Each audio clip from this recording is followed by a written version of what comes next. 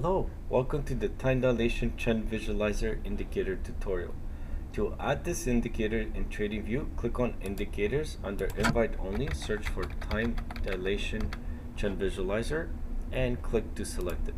You may want to add it to your favorites too. This indicator is primarily a contextual price action tool. It's not just a buy and sell signal. The signals are included for alerts or confirmation, and you can disable the bull and bear signals. The core advantage is that you do not need to use the higher time frames. As you notice over here, the strength of the indicator is that it pulls higher time frame context onto the 1 minute or 3 minute chart, allowing you to clearly see whether bulls or bears are in control across multiple time frames. In other words, we get all we want from an indicator: contextual awareness of price action, responsiveness, and actionable insights. During chop zones, notice this is a chop zone over here where we have the orange background. So back to chop zones. During those chop zones, we do see sideways price moves as pressure keeps the price in the middle until one side emerges as the winner. This is a natural elastic reaction, and time is the mediator of technical coordination. Time dilation explains this through band contraction. So every reversal needs time to fall into place in that local time frame. The harder the drop or spike, the longer it takes for the contraction to resolve, unless it's FOMC or event driven. This is how you should use time dilation, not just buy and sell signals. It can also be applied to theta trading, kind of like this chop zone. You cannot anticipate a chop start well, but you can visually observe it. When the bands contract, such as in this area over here, multi-time frame chop aligns, there's accumulation or distribution, and expansion. As you can see, this green triangle, the break of the market structure shift, expansion is similarly observed, not anticipated.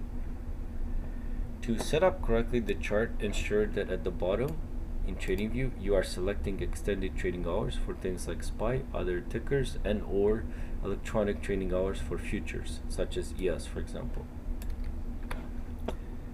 Signal behavior and customization. Noise reduction of the buy and sell signal is the user's responsibility, as each ticker has a different volatility structure. Keep that in mind. There's no universal rule. The default settings work well for ES during relatively volatile periods. You can limit the number of signals and trades by increasing the number of concurrent bands with the same color.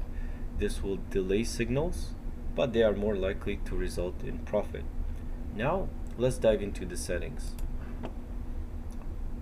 As you can see in the settings, we can choose the style we want to be looking at as aggressive, balanced, conservative. We can choose scalping 1 minute chart, intraday 3 minute chart, swing 15 minute chart, 4-hour chart for investing. Trading strategy, again, it's defaulting to 1, 2, 3, 4 bands, the short, the mid, the long, the extra long. We are defaulting to bull, bear, push signals. How many time dilation bands of change of colors must confirm the trend. As you read this through, take the time because there's a lot of awesome settings if you wish to customize, or leave as default, which works pretty awesome if you see what you want to look for. Chop zone background, very important, the no trade zone color. Also, as we go down, you may choose to want to see the trend stock score table. You can select show bull bear trend signals, and we want to require strong trend for signals. This will reduce the number of signals in chop zones when we select it. And towards the bottom, as you can see, we have ability to select a couple time frames for break of structure, market structure shift. Break of structure is kind of like continuation of a trend. Market structure shift may often indicate a reversal. In the bottom, you may choose MACD crossovers. Let me click OK. And another cool thing is that I can right click on the indicator. You can say add alert, and for example, you can add alerts if you want to have alerts for the triangle signals which indicate adding to the position, or the bull bear trend buy alert, sell alert. You can set up alerts for these as well. Lastly, very important, is that risk management. The stop loss and take profit are the responsibility of the user, as there is no universal rule. Some traders use ATR, others use risk to reward ratios. You should always have a stop loss. The win rate of this indicator is very strong, which means your profit is the function of your risk management. Strong enough to be profitable over time, but you do need to control drawdown and have capital for multiple trades. A sample size of around 100 trades, maybe paper trade for a few days, will give you a clear picture of the performance. You'll be surprised. You can also backtest in TradingView, use the replay function, and then go candle by candle to observe how it goes.